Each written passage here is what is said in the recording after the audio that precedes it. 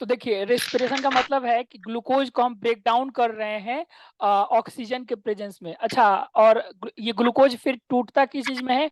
ये एटीपी के फॉर्म में टूटता है। किस चीज के फॉर्म में? एटीपी के फॉर्म में। किसके फॉर्म में? एटीपी। अब एटीपी क्या होता है? एटीपी का फुल फॉर्म होता है, कई बार पूछा हुआ है सीबीएसई में, एटीपी का फुल फॉर्म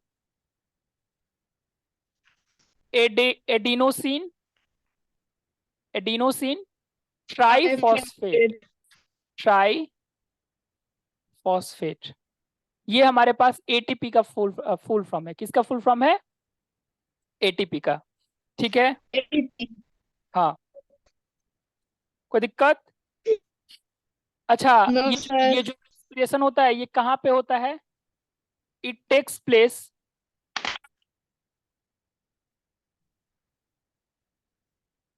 ठीक है, कहाँ पे रेस्पिरेशन होता है?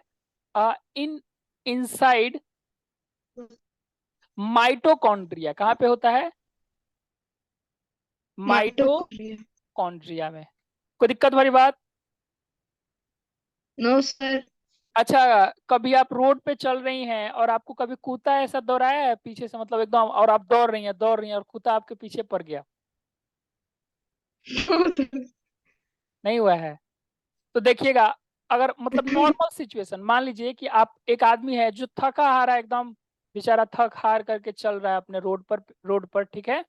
और मान लीजिए कुछ समय बाद क्या हो रहा है कि मतलब एकदम, अब वो आदमी कह रहा है कि मेरे पास इतना भी एनर्जी नहीं है कि हम और चल पाएंगे। कुछ समय बाद एक कुत्ता डॉग आएगा और डॉग उसके पीछे दौड़ जाएगा, ठीक है, उसके पीछे दौड़ जाएगा। तो ये आदमी बिना कुछ सोचे एकदम तेजी में भागेगा, पूरा अपना जान प्राण त्याग करके भागेगा, भागेगा ना?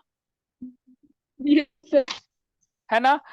तो मतलब कि जब कोई भी आदमी कहता है कि अब मैं थक गया हूं, अब मैं नहीं चल पाऊंगा, मतलब कि वो रेस्पिरेशन नहीं कर पाता है, ठीक है, मतलब किसी भी वजह से उसमें एनर्जी नहीं बन पाता है, तो आदमी कहता है कि अब मैं थक गया हूँ, ठीक है। लेकिन रेस्पिरेशन दो तरीके से हमारे में होता है, हमारे बॉडी में रेस्पिरेशन कितने तरीके से होता है? दो टाइप से। दो टाइप से। एक रेस्पिरेशन का टाइप होता है जिसे हम कहते हैं एरोबिक रेस्पिरेशन। कौन सा रेस्पिरेशन? एरोबिक। Aerobic respiration. और एक होता है एनएरोबिक रेस्पिरेशन।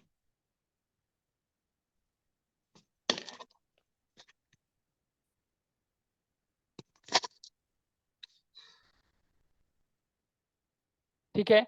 अब ये एरोबिक रेस्पिरेशन क्या होता है कि वो रेस्पिरेशन जब नॉर्मल, मतलब नॉर्मल रेस्पिरेशन, एरोबिक रेस्पिरेशन को हम क्या कह सकते हैं? Normal respiration. कौन, कैसा रेस्पिरेशन? नॉर्मल अगर बॉडी में रेस्पिरेशन हो रहा है तो मतलब वो एरोबिक रेस्पिरेशन है। इसे हम नॉर्मल रेस्पिरेशन भी कह सकते हैं। नॉर्मल रेस्पिरेशन क्यों कह रहे हैं? क्योंकि इसमें सफिशियंट ऑक्सीजन प्रेजेंट होता है। क्या प्रेजेंट होता है? Sufficient sufficient. ऑक्सीजन प्रेजेंट होता है। तो अगर आपसे पूछ दे व्हाट इज एरोबिक रेस्पिरेशन, तो आप कहिएगा the type of respiration when sufficient oxygen is present is called aerobic respiration। और anaerobic क्या होता है? जहां पे in absence of oxygen होता है। क्या होता है? in absence of oxygen. absence of oxygen या फिर very little amount of oxygen। जैसे कि नॉर्मल रेस्पिरेशन अगर आपके पास होगा, जैसे एरोबिक रेस्पिरेशन, तो इसमें क्या होता है कि जो ग्लूकोज होता है ना, वो टूट जाता है। किस चीज में टूट जाता है? ग्लूकोज टूट जाता है 6CO2 और +6H2O। ग्लूकोज का फॉर्मूला पता है ना? C6H12O6। तो ये ग्लूकोज जो है वो सर, हमारा, हाँ, सर एरोबिक में होता है ग्लूकोज का ब्रेकडाउन। एरोबिक में, सर एरोबिक में ग्लूकोज का ब्रेकडाउन होता है ना। हाँ, एरोबिक में ग्लूकोज का ब्रेकडाउन हो जाता है। और ग्लूकोज का जो ब्रेकडाउन होता है वो कहाँ पे होता है? साइटोप्लाज्म में। कहाँ पे? साइटोप्लाज्म। साइटोप्लाज्म। ठीक है। और साइटोप्लाज्म में ये एक्चुअली साइटोप्लाज्म में ग्लूकोज का ये कंप्लीट रिएक्शन नहीं होता है, ये दो पार्ट में रिएक्शन होता है। पहला पार्ट में ये साइटोप्लाज्म में ग्लूकोज पायूरेट या फिर पायूरिक एसिड में टूटता है, और फिर ये पायूरिक एसिड वापस से किस चीज में टूट जाता है। तो देखिए हमारा जो ये ग्लूकोज है ना, ये एक्चुअली ग्लूकोज जो है वो पहले पायूरिक एसिड, कौन सा एसिड, पायूरिक एसिड में टूटता है, और देन वापस ये फिर CO2 और H2O में टूटता है। तो जब पायूरिक एसिड में टूटता है तो साइटोप्लाज्म में टूटता है, और फिर वापस ये पायूरिक एसिड माइटोकॉन्ड्रिया में जाकर के, ठीक है, माइटोकॉन्ड्रिया में जाकर के, और ये 6CO2 और H2O में टूट जाता है। तो मतलब ये हमारा नॉर्मल रेस्पिरेशन है, और इसमें बहुत सफिशिएंट अमाउंट ऑफ एनर्जी निकलता है। यहाँ पे एटीपी का 38 मॉलिक्यूल्स निकलता है, कितना, 38। यहाँ पे very large amount of energy निकलता है, very large amount of energy. मतलब नॉर्मल जो आदमी का दिनचर्या होता है वो एरोबिक रेस्पिरेशन में ही होता है, जैसे सोना, खाना, मतलब सर जी। हाँ, सर ये आपने में क्या लिखा हुआ है सर? कहाँ, नीचे, सर ये ब्लैक में PYR। ये पायूरिक एसिड है, PYRUVIC, पायूरिक एसिड।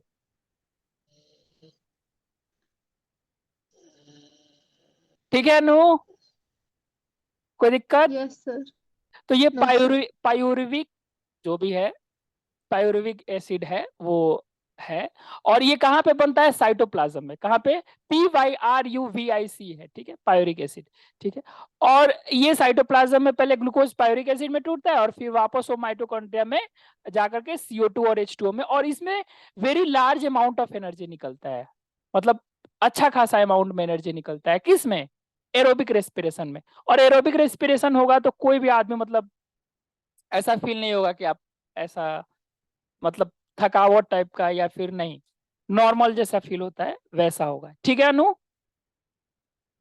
और अगर वही बात कर ले हम एनएरोबिक रेस्पिरेशन का, किसका, एरोबिक। एनएरोबिक रेस्पिरेशन का, तो जैसे मैंने बताया आपको कि एनएरोबिक रेस्पिरेशन जो है उसमें जो हमारा रेस्पिरेशन है वो ऑक्सीजन के एब्सेंस में होता है। कहाँ पे होता है, ऑक्सीजन के एब्सेंस में। तो इसमें भी सबसे पहले तो यही होता है कि जो ग्लूकोज होता है ना वो टूट जाता है किस चीज में, पायूरिक एसिड में, पायूरिक एसिड में, ठीक है। कहाँ टूटता है, साइटोप्लाज्म में। उसके बाद ये माइटोकॉन्ड्रिया में ना होकर के, ये पायूरिक एसिड माइटोकॉन्ड्रिया में ना जाकर के कहाँ जाता है, ये जाता है मसल टिश्यू में ही रह जाता है। कहाँ रह जाता है, मसल मसल टिश्यू में ही रह जाता है, मसल टिश्यू में ही रह जाता है। और ये बन जाता है, बनाता है लैक्टिक एसिड। क्या बनाता है, लैक्टिक लैक्टिक एसिड, और प्लस इसमें सिर्फ 2 एटीपी निकलता है। कितना एटीपी, 2। तो यहां देखिए पहले वाले में 38 निकल रहा था और यहाँ सिर्फ 2 निकल रहा है। तो अच्छा, आप कभी ऐसा मतलब बहुत ज्यादा खेल लीजिएगा ना, या फिर मतलब कोई भी एक्सरसाइज कर लीजिएगा, या फिर जैसे कुत्ता वाला एग्जांपल मैंने दिया कि कुत्ता आपके पीछे पड़ गया, तो फिर उसके बाद आप चल नहीं पाइएगा। उसके बाद मतलब उस दिन तो ठीक रहेगा, नेक्स्ट डे जो है वो आपकी बॉडी में इतना ज्यादा पेन होगा, इतना ज्यादा पेन होगा कि आप चल नहीं पाइएगा अच्छे से। ये होता है ना, क्यों होता है, क्योंकि लैक्टिक एसिड के फॉर्मेशन से हमें बॉडी पेन होता है। लैक्टिक एसिड के फॉर्मेशन से हमें बॉडी, देखिए कभी भी हमारे बॉडी का जितना कैपेसिटी है ना उतना ही काम करता है। जैसे अभी मेरा कोई भी फिजिकल वर्क नहीं करता हूं मैं, सिर्फ आता हूं, पढ़ाता हूं, सोता हूं, खाता हूं, पीता हूं, जीता हूं, यही जिंदगी है। अगर मैं किसी दिन दौड़ जाऊं या फिर 15-20 किलोमीटर चल लूं, और उसके बाद घर पे आऊं, मतलब रूम पे, और उसके बाद सो जाऊं, तो जितना मेरा नॉर्मल बॉडी का कैपेसिटी है उतना ही एरोबिक रेस्पिरेशन होगा, और उससे ज्यादा, 1 मिनट रुक सर जाइए, आप हाँ, तो मैं वो बात कर रहा था कि अगर लैक्टिक एसिड हमारे बॉडी में बन जाता है ना, तो हमें बॉडी पेन होता है। इसके लिए हमें क्या करना होता है कि हॉट वाटर बाथ लेना होता है, हॉट वाटर बाथ। तो आप फिल्म देखी होंगे या सुनती होंगी कि हॉट वाटर बाथ ले लो जाके, या फिर वो क्या कहते हैं उसे। सर मेरे सर जब मैं भी थोड़ा ज्यादा वर्कआउट कर लेती हूँ तो मैं भी करती हूँ। हाँ, तो उसे, अरे वो जो झरना वाला क्या होता है, उसे क्या कहते हैं, जिसमें वो बाथरूम में क्या कहते हैं उसे, शावर, हाँ, हॉट शावर ले लीजिए, है ना। Yes sir. हाँ वो है। एक बार हमको ये हॉट शावर वाला सिस्टम नहीं समझ में आया था, ठीक है, और गए थे हैदराबाद, तो हम क्या किए कि हॉट शावर स्टार्ट किए, एकदम टेम्परेचर उसमें बढ़ा के, एकदम एकदम गरम गरम पानी पूरे बॉडी पे पड़ गया, एकदम ऐसा लगा कि जल ही गया, लेकिन जला नहीं था। सर मैं भी हैदराबाद गई हुई हूँ। है। मैं भी हैदराबाद गई हूँ। हाँ, तो ये हॉट शावर लेने से पता है क्या होता है, ये जो लैक्टिक एसिड बॉडी में बन जाता है ना, ये लैक्टिक एसिड धीरे धीरे क्या हो जाता है, कम हो जाता है, और फिर हम नॉर्मल लाइफ में आ जाते हैं। फिर भी कम से कम 1-2 दिन तो दर्द बहुत ज्यादा होता है, लेकिन अगर वही आपका बॉडी फेमिलियर हो जाए कि आपको हाँ इतना मात्रा में एनर्जी चाहिए, डेली का खपत आपका इतना एनर्जी है, तो आपका बॉडी अपने आप उतने रिक्वायरमेंट के हिसाब से ऑक्सीजन लेकर के और एनर्जी बना देता है, ठीक है। आपका बॉडी उतना ऑक्सीजन लेकर के और उसके हिसाब से एनर्जी बना देता है। लेकिन अगर वही आपका आदत नहीं है, नया हैबिट डेवलप कीजिएगा, तो क्या होगा, वहां पे आपका जो बॉडी है वो डेवलप नहीं कर पाएगा, और नहीं कर पाएगा तो क्या होगा, नहीं कर पाएगा तो सर क्या दर्द होगा, है, दर्द देगा। बहुत ज्यादा पेन होगा, क्योंकि लैक्टिक एसिड की। तो पूछता है कि if we run very fast, why we feel body pain, ऐसा क्वेश्चन आजकल सीबीएसई एप्लीकेशन बेस्ड पूछता है, तो वहां आपको डिस्क्राइब करना होगा कि इन एब्सेंस ऑफ ऑक्सीजन हमारे बॉडी में लैक्टिक एसिड बनता है, और लैक्टिक एसिड बनने से बहुत बॉडी पेन होता है, और इसे ठीक करने के लिए हम हॉट वाटर बाथ ले सकते हैं। कोई दिक्कत वाली बात, कोई दिक्कत है, नो सर। कोई दिक्कत नहीं है। तो ये हमने टाइप्स ऑफ रेस्पिरेशन पढ़ लिया। अच्छा, हमें क्वेश्चन कई बार सीबीएसई में पूछता है कि एरोबिक रेस्पिरेशन और एनएरोबिक रेस्पिरेशन के बीच में डिफरेंस बताइए, डिफरेंस बिटवीन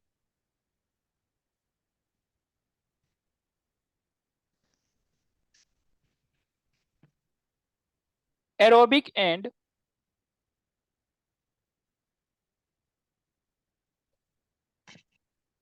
एनएरोबिक रेस्पिरेशन,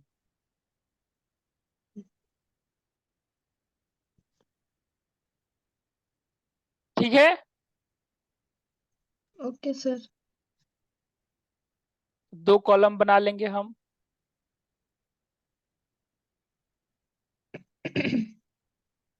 पहला कि एरोबिक रेस्पिरेशन जो होता है वो in presence of oxygen it takes place, यहाँ पे हेडिंग डाल लीजिएगा एरोबिक, और यहाँ पे हेडिंग डालेंगे एनएरोबिक, लिखेंगे it takes place in presence of oxygen,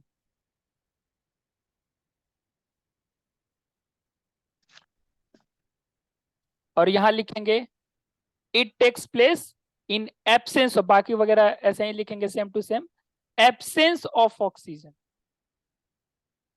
ठीक है। यस। तो दिक्कत इसमें कंप्लीट ब्रेकडाउन हो जाता है, किस चीज का, ग्लूकोज का। कंप्लीट ब्रेकडाउन हो जाता है ग्लूकोज का। लेकिन इसमें कंप्लीट ब्रेकडाउन नहीं होता है, पार्शियल ब्रेकडाउन होता है। कैसा, पार्शियल पार्शियल। ब्रेकडाउन होता है ग्लूकोज का, तभी तो वो क्या बना देता है, लैक्टिक एसिड। लैक्टिक एसिड, और वही लैक्टिक एसिड से हमारा बॉडी में क्या होता है, पेन होता है, क्या होता है, पेन। पेन। इसका जो एंड प्रोडक्ट है फाइनली इसमें क्या बनता है, इसमें बनता है कार्बन डाइऑक्साइड और वाटर, और ये दूसरे वाले में क्या बनता है, इसमें बनता है लैक्टिक एसिड और लैक्टिक एसिड, है ना? कोई यस दिक्कत? No sir. इसका जो फाइनल प्रोडक्ट होता है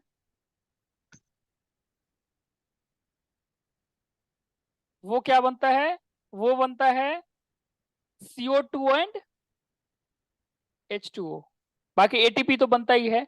अच्छा, बहुत से ऐसे ऑर्गेनिज्म है जिसमें सिर्फ एनएरोबिक रेस्पिरेशन ही होता है, जैसे हम लोग वो ईस्ट वगैरह, ईस्ट जैसे वो जलेबी वलेबी बनाया जाता है ना, तो उसमें ईस्ट डाला जाता है, ठीक है?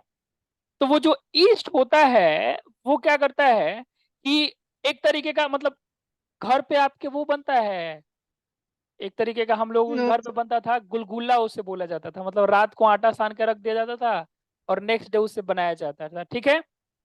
तो एक्चुअली उसे सराया जाता है उसमें थोड़ा स्पॉन्जी ऐसा देने के लिए, ठीक है? तो वो क्यों किया जाता है, क्योंकि उसमें एनएरोबिक रेस्पिरेशन हो जाए, क्या हो जाए, एनएरोबिक एरोबिक। रेस्पिरेशन हो जाए, ठीक है? जैसे कि इसमें अगर हमारे पास ईस्ट प्लांट रहे, ईस्ट प्लांट, तो उसमें जो एंड प्रोडक्ट होता है वो इथेनॉल और कार्बन डाइऑक्साइड बनता है। क्या बनता है? इथेनॉल एंड कार्बन डाइऑक्साइड बनता है, ठीक है? कोई दिक्कत वाली बात? Yes sir. और अगर नो सर। एनिमल रहता है, एनिमल मतलब कि जैसे हम लोग, आज में भी तो एक जानवर ही है ना, yes sir, social animal. Social animal, तो इसमें बनता है लैक्टिक एसिड। क्या बनता है? Lactic acid. कोई दिक्कत वाली बात? No sir. अच्छा, इसमें लार्ज अमाउंट ऑफ एटीपी बनता है, लार्ज ये अमाउंट ऑफ एटीपी बनता है, और इसमें लेस अमाउंट। अच्छा, एटीपी क्या होता है, फुल फॉर्म तो बता दिए। एंडोनियम फॉस्फेट। हाँ, एंडोसिन ट्राइफॉस्फेट। इसे actually energy currency of the cell कहते हैं, energy currency of the cell कहते हैं, ठीक है? Yes sir. कोई दिक्कत हो रही बात? No sir. कोई दिक्कत नहीं है, ठीक है।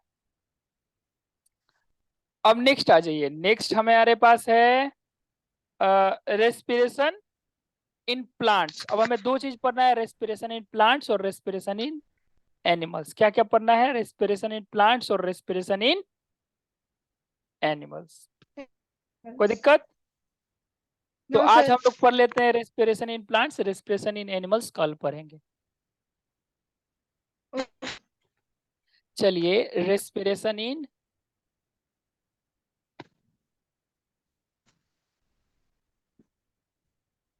प्लांट्स।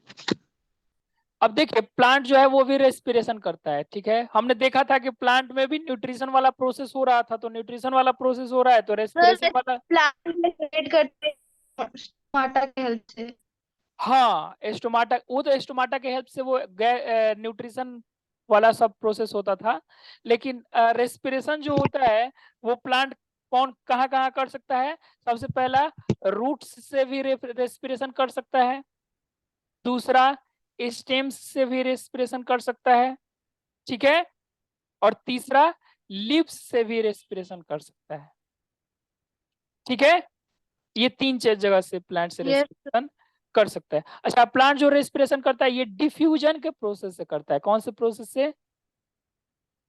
Diffusion diffusion. के प्रोसेस, ठीक है? सबसे पहले हम बात करें अगर रूट्स वाला बात में, तो जो एयर पार्टिकल्स होते हैं ना, सॉरी, जो रूट्स होते हैं ना प्लांट के, तो अगर हमारे पास ये सॉइल है, तो सॉइल से भी जो रूट होता है वो ऑक्सीजन ले लेता है। क्या होता है? Roots takes oxygen from soil. Soil के मिट्टी के पार्टिकल में क्या होता है, थोड़ा थोड़ा स्पेस होता है, और उस स्पेस में अगर एयर होता है तो उससे ऑक्सीजन कौन क्या कर लेता है, डिफ्यूजन से, थ्रू डिफ्यूजन डिफ्यूजन से जो रूट होता है वो क्या करता है, सॉइल के ऑक्सीजन को एब्जॉर्ब कर लेता है। क्या कर लेता है, सॉइल के ऑब्जर्व। ऑक्सीजन को एब्जॉर्ब कर लेता है। रूट का एक्चुअली इसे रूट हेयर्स कहते हैं। क्या कहते हैं, रूट रूटर्स। हेयर्स। तो ये हमारा हो गया रूट से, और ऑक्सीजन ले लेता है, ऑक्सीजन ले लेता है, और उसके बाद हमने देखा था कि वहां ग्लूकोज बन रहा था, है ना। Yes sir. कोई दिक्कत। No sir. अच्छा, ये जो रेस्पिरेशन होगा प्लांट्स में, ये एनएरोबिक होता है। कैसा होता है, एन एरोबिक। एनएरोबिक। और इसमें एल्कोहल का फॉर्मेशन होता है।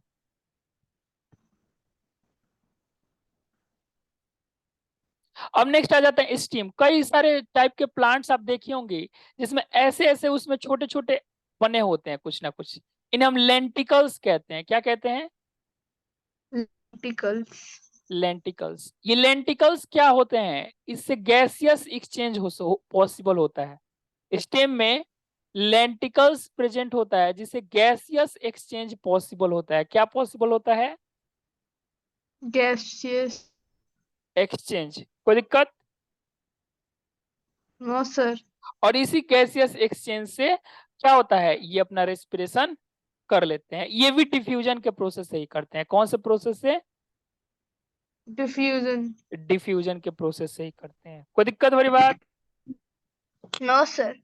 अब नेक्स्ट आ जाते हैं लिप्स। लिप्स में तो हमें पढ़ते आ रहे हैं बचपन से कि लिप्स में स्टोमाटा होता है, और स्टोमाटा से गैसियस एक्सचेंज होता है ना। Yes sir.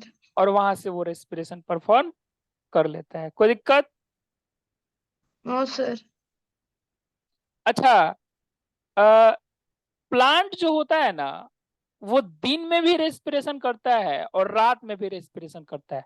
कुछ ऐसे प्लांट्स हैं जो कि 24 घंटे तक मतलब रेस्पिरेशन कर सकते हैं, और कुछ ऐसे प्लांट्स हैं रात में अलग तरीके से बिहेव करते हैं और दिन में अलग तरीके से, जैसे आप सर सुने रात होंगे। में मेरे को पता है। हाँ सर नीम 24 घंटे पूरे देर कर सकता है और पेड़ नहीं।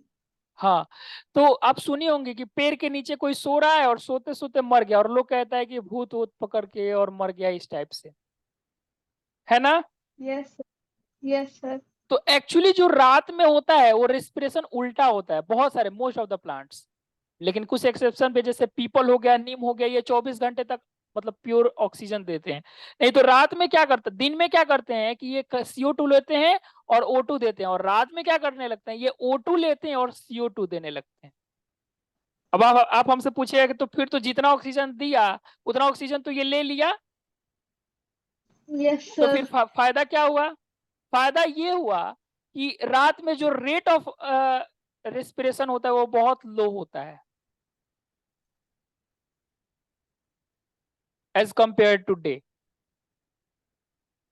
तो सब ऑक्सीजन जितना प्रोड्यूस किया वो सब नहीं, थोड़ा बहुत ले लेता है, लेकिन उसके वजह से आसपास, मतलब अगर आप आसपास अगर 100-150 पेड़ है आपके और फिर आप वहां सो रही हैं, तो ये खतरे से खाली नहीं है। क्योंकि रात में हो सकता है कि वो सब पेड़ वहां ऑक्सीजन की डिफिशियंसी हो जाए और आप ऑक्सीजन की कमी से मर जाए, मतलब आप नहीं। ठीक है। Yes sir. आज एक बच्ची को हम डेली पूछते थे कि कोई मर जाएगा तो पूरी खाने चला जाएगा, कोई मर जाएगा तो पूरी खाने चला जाएगा। आज कॉल किए हैं कि कोचिंग क्यों नहीं आ रही हो, तो बोल रहे कि सर एक आदमी मर गया है तो उसके फ्यूनरल में आए हुए हैं। अब बताइए। बोले कि ठीक है, अब कल आएगी तो पूछेंगे कि पूरी खाने चले। अब हम उसे ऐसे मजाक में कहते थे, ठीक है, अब सच में पता नहीं कौन मर गया उसके यहाँ।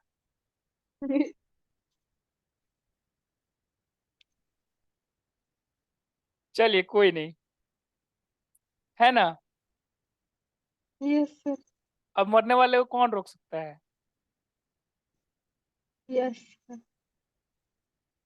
अच्छा, ये सब प्लांट जो रेस्पिरेशन कर रहा है वो कौन से प्रोसेस से कर रहा है, डिफ्यूजन के प्रोसेस से। इस बात को याद रखिएगा, कौन से प्रोसेस से, डिफ्यूजन। लेकिन एनिमल जो होता है वो डिफ्यूजन के प्रोसेस से नहीं कर सकता है। जैसे हम लोगों को अगर डिफ्यूजन से के प्रोसेस से करने के लिए रेस्पिरेशन कर दिया जाए ना, तो हम लोगों के नाक से लेके और पैर की उंगली तक ऑक्सीजन को पहुंचने में पता है कितना साल लग जाएगा? 3 साल। जैसे हम एक बार सांस लेंगे ऐसे, और उस ऑक्सीजन को जो सांस लिया अभी इसको पैर की उंगली तक पहुंचने में रेस्पिरेशन के लिए 3 साल बाद वो डिफ्यूजन से, मतलब डिफ्यूजन में जो हमारे पास मेथड होता है वो बहुत स्लो होता है, बहुत स्लो टाइम, मतलब बहुत ज्यादा टाइम लगता है। ठीक है, तो डिफ्यूजन प्लांट्स के लिए सही है, छोटे मोटे एनिमल्स के लिए भी सही है, जैसे अमीबा वगैरह डिफ्यूजन से ही करते हैं। ठीक है, लेकिन बड़े ऑर्गेनिजम्स जैसे कि कुत्ता, बिल्ली, आदमी, जानवर, इन लोगों के लिए डिफ्यूजन वर्थ इट नहीं है। ये लोग डिफ्यूजन से नहीं कर सकते हैं, इसीलिए इनमें ब्लड होता है। ठीक है, तो अब हम न्यूट्रिशन रेस्पिरेशन इन प्लांट्स पढ़ेंगे और फिर ह्यूमन रेस्पिरेटरी सिस्टम पढ़ेंगे। ठीक है, मतलब आज नहीं, नेक्स्ट क्लास में। आप अभी क्या कीजिएगा कि जो होमवर्क मिला हुआ है उस होमवर्क को बनाइए। ठीक है, sir. Okay, bye. Bye sir, good night sir, thank you sir.